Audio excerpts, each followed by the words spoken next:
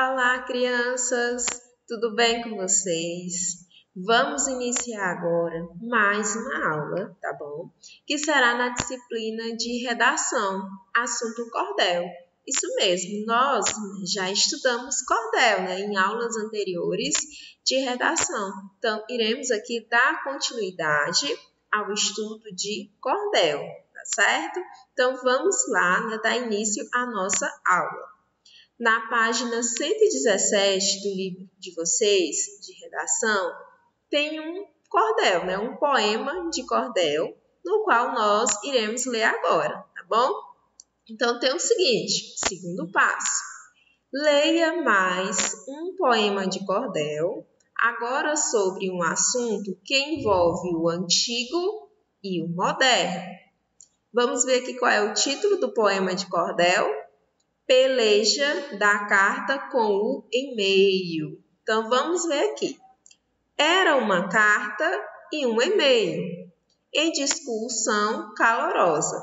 Dizia o e-mail à carta: não te faças de gostosa. Sou rápido como um relâmpago, tu és lenta e preguiçosa. A carta disse: és relâmpago, és ligeiro na passada. Mesmo assim, tua tarefa sem paixão não vale nada. És moleque de recado numa ação robotizada. E disse mais: coleguinha, a sua labuta é fria. No tal correio eletrônico não existe poesia. Bom mesmo é quando o carteiro com um grito me anuncia. O e-mail disse: amiga, por caridade, essa não. A demora estraga tudo, desagrada ao coração. Mesmo quem se comunica está com pressa e precisão. Retruca a carta. Acredito que de mim gosta o poeta, ainda mais a internet, de vírus vive repleta. E por fim, quem em e-mail não faz a coisa completa. E outra coisa, colega, tu não és de confiança, por causa da falha técnica, na internet cê dança. Já me pondo no correio, eu chego com segurança. Nisso o e-mail responde: alto lá, pegue maneiro. Você diz ser bem segura. Isso não é verdadeiro, pois hoje nos grandes centros existe assalto a carteiro.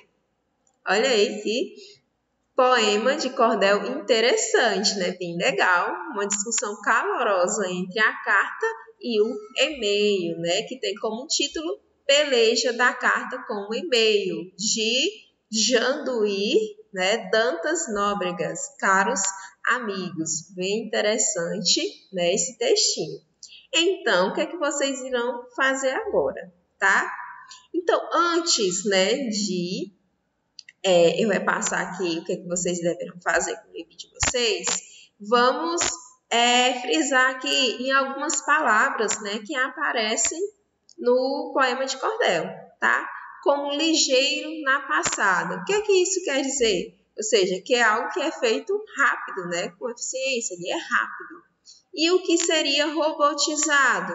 Ou seja, aquela coisa que não tem muita iniciativa, é como se fosse algo programado, que funciona como um robô.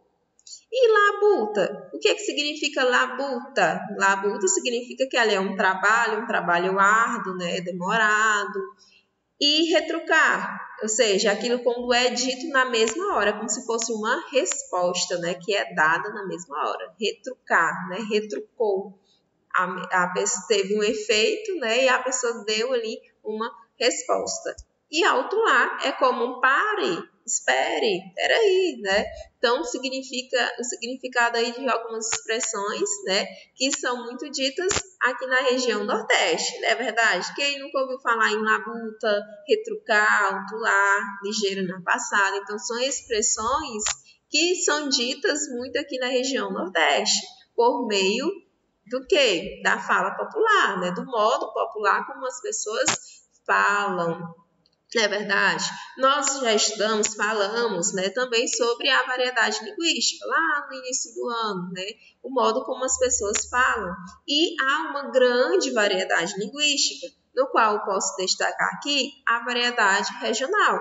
seja, em cada região, um grupo de pessoas falam, né, de alguma forma, que vai diferir das outras regiões. Então, a nossa região Nordeste, ela tem a característica, né, com essas palavras, retrucar, labuta, alto-lá e várias outras expressões, tá? É incorreto falar desta forma? Não. Ou há comunicação? Há comunicação, porque se falar isso você vai entender. E não posso também dizer que é errado, porque é o modo popular como essas pessoas falam, ou seja, é uma variedade que existe na língua. Tá bom, criança? Então, resolvi aqui frisar essas palavras que aparecem no poema, tá? De cordel, certo? Agora sim! Então, vocês irão ler novamente, tá? O poema de cordel, certo? Isso mesmo, ler novamente o poema de cordel, lá na página 117 e 118. E depois vocês irão responder das páginas, que são ali as questões referentes ao texto, ok? Então, dá uma pausa aí no vídeo, relê novamente o poema de cordel, tá bom? Quando vocês terminarem de ler e responderem as páginas referente ao poema de cordel, vocês voltam aqui, dá um play no vídeo, que iremos continuar, tá? O vídeo com a correção, certo? Das páginas. Então, crianças, eu acredito que vocês leram novamente o poema de cordel, não é verdade? Responderam também as questões e agora iremos corrigir, tá? Então, página 119 do livro de redação. Então, primeira questão diz o seguinte: antes de responder as questões, leia. Então, tem assim: peleja ou desafio. É um texto em versos, oral ou escrito, que imita uma disputa entre dois poetas populares, os desafiantes. O desafio é muito comum nos folhetos de cordel vendidos nas feiras do Nordeste brasileiro. É feito por meio de provocações ou ironias, geralmente nas pelejas. Pelo menos um dos desafiantes se faz acompanhar por uma viola, violão ou pandeiro, para marcar o ritmo do desafio, ou seja, das falas cantadas de cada um deles. Olha só que interessante, né, falar sobre isso. Então, a primeira questão, letra A, tem o seguinte: quem são os dois personagens desafiantes? Meus alunos, vocês leram e releram o texto, não é verdade? Então, a alternativa diz o seguinte: quem são os personagens desafiantes que estão lá no poema de cordel? É a carta e o e-mail. A carta como algo antigo e tradicional, o e-mail como algo novo, né, e moderno, não é verdade? Letra B. Qual é o objetivo de cada um deles? Qual é o objetivo da carta e do e-mail? Provar que um é melhor do que o outro em vários aspectos, tá? Então, vocês podem colocar isso na primeira letra B, que é justamente provar que um é melhor do que o outro em vários aspectos. Segunda questão. O que a segunda questão diz? Complete os círculos com as letras C ou E, de acordo com as indicações abaixo. C. Preste atenção, letra C. Argumentos apresentados pela carta para se mostrar superior ao e-mail. Letra E. Argumentados apresentados pelo e-mail para comprovar sua superioridade, certo? Então, vamos aqui. Ter rapidez foi argumentos do e-mail ou da carta? Então, iremos colocar a letra E, porque ter rapidez é uma característica do e-mail, tá? E ter paixão é uma característica da carta ou do e-mail? É uma característica da carta. Por isso, iremos colocar a letra C. Ter a amizade do poeta É uma característica da carta ou do e-mail? É da carta, não é, crianças? Então, vocês irão colocar a letra C. Ter precisão é uma característica da carta ou do e-mail? Ter precisão é uma característica do e-mail. Então, vai ficar assim na ordem, ó. C, E. Ok? Agora iremos para a terceira questão, que diz assim: que argumentos a carta usa para criticar o e-mail? Quais são aí os argumentos, né, que a carta utiliza para criticar o e-mail? Diz que ele é o quê? Robotizado, frio, sujeito a falhas técnicas. Quando ela diz que ele é robotizado, porque o e-mail é como se ele respondesse a quê? A comandos, né? Tanto ali da máquina, do computador, como também de quem ali está digitando, fazendo seu e-mail. Como se ele fosse realmente um robô, né? Por isso que ela diz que o e-mail ele é o quê? Robotizado. O e-mail também diz que é frio, tá? Diz que é frio. Por quê? Por que será que ela diz que é frio? Talvez ela ache que não haja tantos sentimentos, né? Você digita aqui, a outra pessoa recebe no computador próprio, né, da pessoa, sem ter aquele material que a pessoa possa pegar. Então, talvez seja por isso que ela diga que ele é frio e sujeito a falhas técnicas. É verdade, o e-mail é sim sujeito a falhas técnicas, de não chegar a quem você está enviando da forma como você queria que chegasse, né? Sem contar que ela até mesmo diz que a internet ela é repleta de vírus. Então, esses são os argumentos que a carta utiliza para criticar o e-mail, dizendo que ele é robotizado, frio e sujeito a falhas técnicas. Quarta questão. Que argumentos o e-mail usa para criticar a carta? Então, o e-mail ele diz o seguinte, ele diz que ela é lenta, preguiçosa, ultrapassada, não atende à pressa do mundo moderno, está sujeito à violência contra os carteiros. Então, esses aqui são os argumentos, né, utilizados pelo e-mail para criticar a carta. Então, ele vai dizer que ela é lenta, preguiçosa, ultrapassada, porque a carta, ó, ela é antiga, não é verdade? Ela é lenta? Sim, demora, né, um certo tempo para chegar, né, ao destinatário, a pessoa que você quer. Não atende à pressa do mundo moderno, realmente não é algo rápido, né? E está sujeito à violência contra os carteiros, né? Ele até diz que existem assaltos, né, a carteiros. Então, se houver um assalto a carteiros, a carta não chegará, né, ao local em que ela deve ir, tá? Então, esses são os argumentos do e-mail.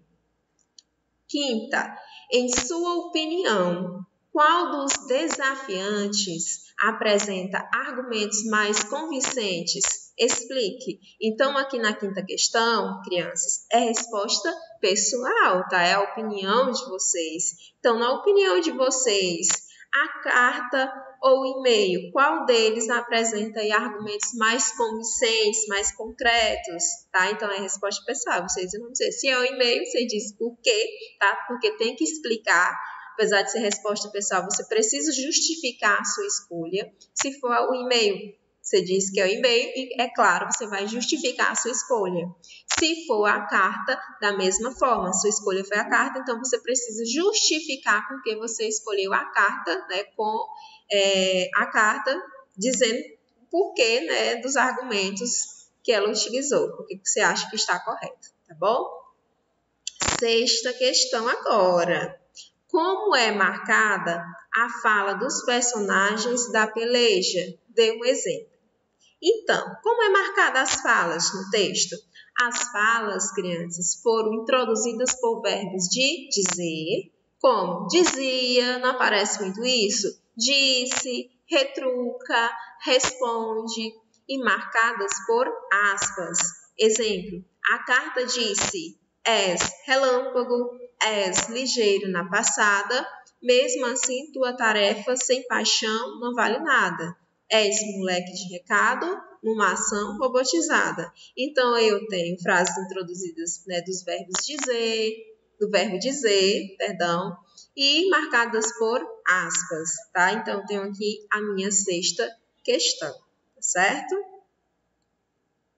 Sétima questão, né, agora. Só que antes de começar aqui a sétima questão, eu quero frisar aqui com vocês sobre uma figura de linguagem que ela é chamada de personificação, tá? Porque se observarmos, né, o poema de Cordel, os personagens que é a carta e o e-mail, né, a carta e o e-mail, eles apresentam características de seres humanos, não é verdade? Não parece ali que eles estão ali, parece não, eles estão ali numa discussão calorosa, que são ações de seres humanos. É como se fosse um humano falando com outro humano, né? Dando ali seus argumentos, mostrando quem é o melhor do que o outro. Então, a carta ou o e-mail, eles apresentam essas características, tá? Eles não são seres humanos, mas eles apresentam características de humanos, tá? Então, por isso eu quero frisar aqui a figura de linguagem chamada de personificação, tá bom? Agora sim, vamos para a sétima questão. Numere a segunda coluna de acordo com a primeira. Na peleja foram usados os recursos da. Então, eu tenho 1 para personificação, 2 para comparação, 3 ironia com uso de trocadilhos, 4 linguagem coloquial e gíria. Então, temos aqui, né, a associação. Então, eu tenho os círculos, né, 4 círculos que vocês irão associar. Aí diz o seguinte: na internet se dança. Na internet se dança é referente à personificação, comparação, ironia com o uso de trocadilhos ou uma linguagem coloquial e gíria. Crianças, quando eu digo na internet se dança, presta atenção, se dança, eu estou falando de quê? De uma linguagem coloquial e gíria. Então, coloca aí o número 4. Sou rápido como relâmpago. Quando ele diz que ele é rápido igual a um relâmpago, né, que ele diz como um relâmpago, ele está fazendo o quê? Uma comparação, ou seja, está comparando a rapidez com um relâmpago. Então, eu tenho aí comparação, número 2. E, por fim, quem é e-mail não faz coisa completa. E aí, o que será? Ela utilizou o quê? Uma ironia, com o uso de trocadilhos. Então, aqui vocês irão colocar o número 3. Retruca a carta. Acredito que de mim gosta o poeta. E aí? Retruca a carta. Acredito que de mim gosta o poeta. Crianças, a carta, no caso aí, ela fala? Não. Então, é como se adquirisse aí uma característica de quê? Do ser humano. Então, eu tenho aí a personificação, tá? Então, vai ficar o seguinte: 4, 2, 3, 1. Oitava questão.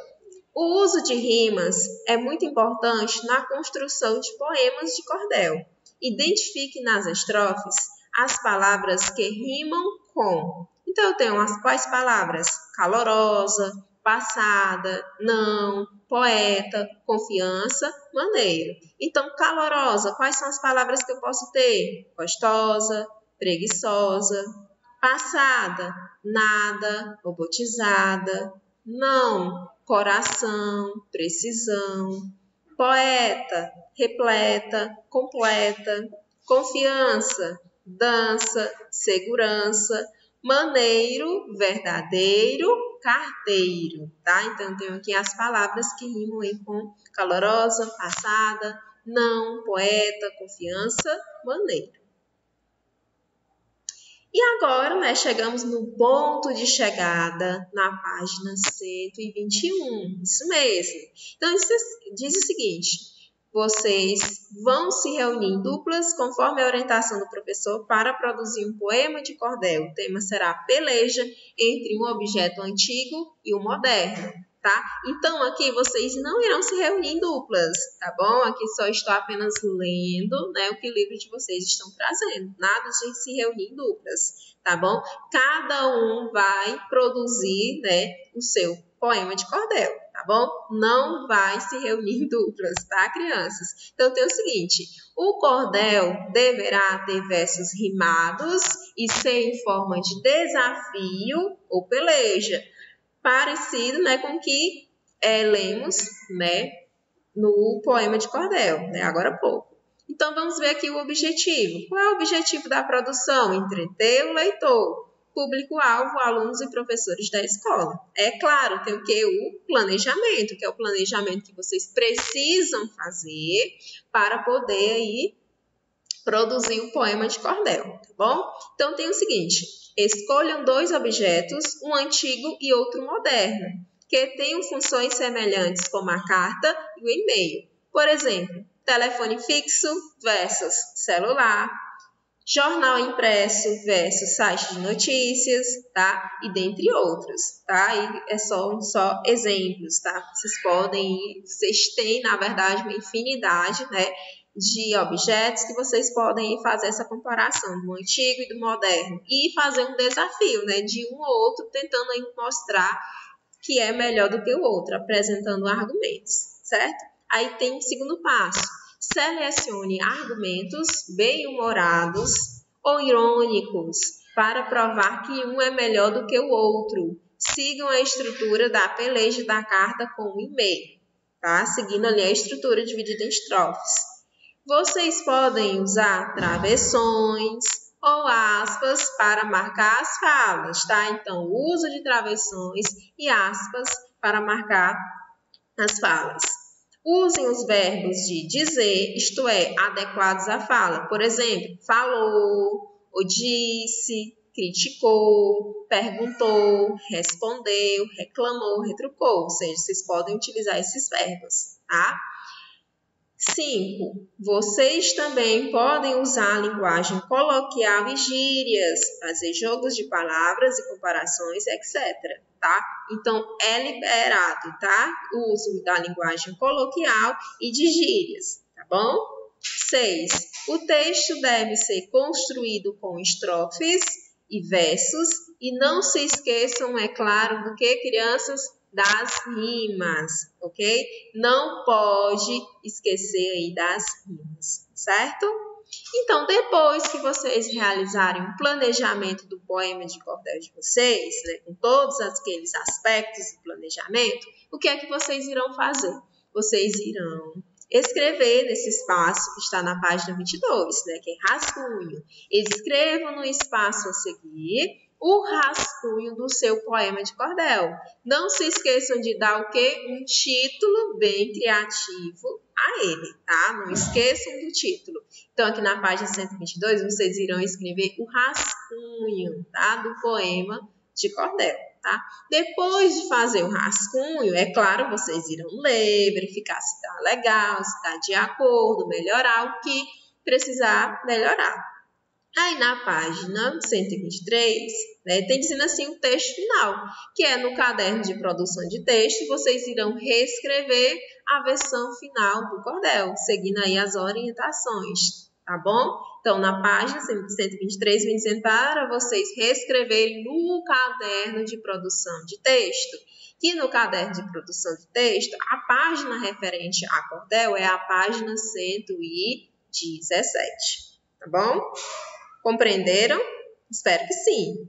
Então, diz assim, ó, ilustre o texto com desenhos feitos por vocês, no caso por você, né, porque não é em dupla, e se conseguir, né, tentar imitar uma xilogravura. A gente já falou que é xilogravura, tá? Eu não vou nem repetir, porque vocês devem saber sobre isso. Eu falei várias vezes nas aulas anteriores de redação, tá? Então, tentem imitar uma xilogravura, tá? Se vocês conseguirem, tá? Aí, aqui no livro de vocês, dizem aí para divulgar ou socializar o trabalho, vocês podem. Então, aqui eu vou só ler, só para demonstrar, tá? Fazer um folheto para expor em um varal, cordel na sala de aula, em outro local adequado da escola, fazer um sarau, recital com pelejas que escreveram, organizar uma antologia de cordéis, ou seja, reunir os cordéis da turma em um livro para apresentar aos pais, parentes e amigos. Infelizmente, essa atividade seria possível, né, se nós estivéssemos em sala de aula, mas com aulas remotas não dá muito certo, não é verdade? Então, se preocupem somente em produzir o poema de cordel, tá? Fazer o rascunho e passar para o caderno de produção. Eu li essa trajetória aqui porque ela está na página 123 e eu quis ler, né? Já que está aqui, certo? Então, não se preocupe com essa questão de divulgar e socializar, tá? Se preocupe somente em produzir o poema de cordel, tá? Essas atividades aqui seriam essenciais se caso a gente estivesse em sala de aula, mas como não estamos, né, não vai ser possível realizar, tá? Essas divulgações e socializações do trabalho, não agora, ok? Então, crianças, finalizou, né, a nossa aula de redação, literatura de cordel. Eu espero que vocês tenham entendido, certo? E até a nossa próxima aula, tá bom? Um grande beijo da tia Hortência e tchau, tchau!